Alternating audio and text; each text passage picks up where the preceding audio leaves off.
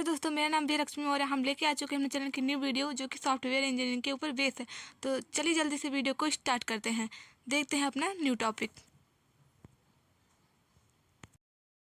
Hi guys, software engineering के 4th chapter में हम कुछ इंपॉर्टेंट टॉपिक देखेंगे जो रिक्वायरमेंट एनालिसिस स्पेसिफिकेशन है। किसी सॉफ्टवेयर को डेवलप करने से पहले कस्टमर की रिक्वायरमेंट को कलेक्ट करना और उस पर रिक्वायरमेंट को एनालिसिस करना आवश्यक होता है।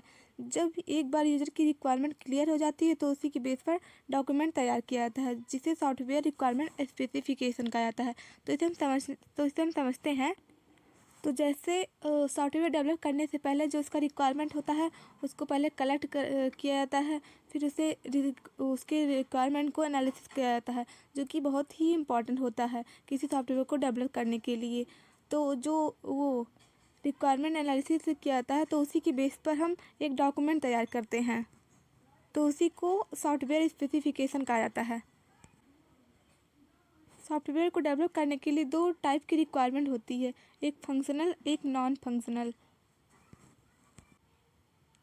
फंक्शनल रिक्वायरमेंट क्या होती है? ये रिक्वायरमेंट उस फंक्शन से रिलेटेड होती है जिसे सॉफ्टवेयर या उससे किसी कंपोनेंट द्वारा कंप्लीट होना होता है। इसमें यूजर की वह सभी रिक्वायरमेंट शामिल होती हैं जिसे यूजर अपने सॉफ्टवेयर में रखना चाहता है। एक फंक्शन रिक्वायरमेंट यह बताती है कि सिस्टम को क्या करना चाहिए। ये रिक्वायरमेंट डायरेक्ट कस्टमर की अपेक्षाओं से रिलेटेड होती है, इसलिए इसका पूरा होना ही बहुत ही ज़रूरी होता है। तो इसे हम समझते हैं। तो इसमें यूजर की वह रिक्वायरमेंट शामिल होती है जिसे यूजर अपने सॉफ्टवेयर में रखना चाहता है। जैसे जो इम्पॉर्टेंट रिक्वायरमेंट होता है वो सॉफ्टवेयर में रखना चाहता है तो वो फंक्शनल रिक्वायरमेंट में ही आता है। तो ये डायरेक्ट मतलब यूजर की रिक्वायरमेंट से रिलेटेड होती है, इसलिए इसका पूरा होना ही बहुत ज़रूरी होता है। नॉन फंक्शनल रिक्वायरमेंट, ये रिक्वायरमेंट यह बताती है कि सिस्टम फंक्शन को कैसे पूरा करेगा। इसमें सिस्टम से जुड़े हुए सभी स्पेसिफिकेशन को इंक्लूड किया जाता है। इसमें सिस्टम की रिलायबिलिटी, यूजबिलिटी etc भी शामिल होती है।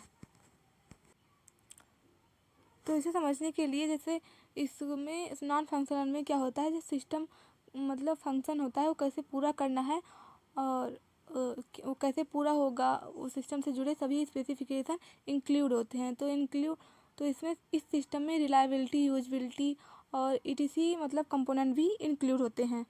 तो नेक्स्ट वीडियो में हम ये सारे स्पेसिफिकेशन देखेंगे। Thank you.